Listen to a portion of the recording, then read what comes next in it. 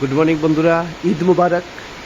আজকে বেতালা বৃষ্টিদের, বেতালা মানে বেতালা দেখতে পারবা। এটা বৃষ্টি কতটুকু হয়েছে এটা আমি কোন জিনিস দেখে বুঝি।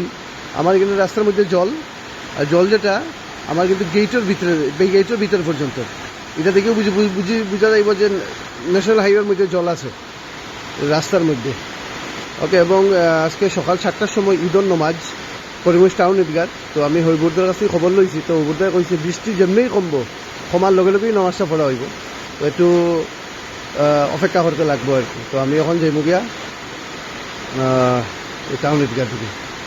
তো আমি যে যাইতাম এখন তো আমার গাড়ি বাইর দিত নাই, আমি আর করছি বিপদ।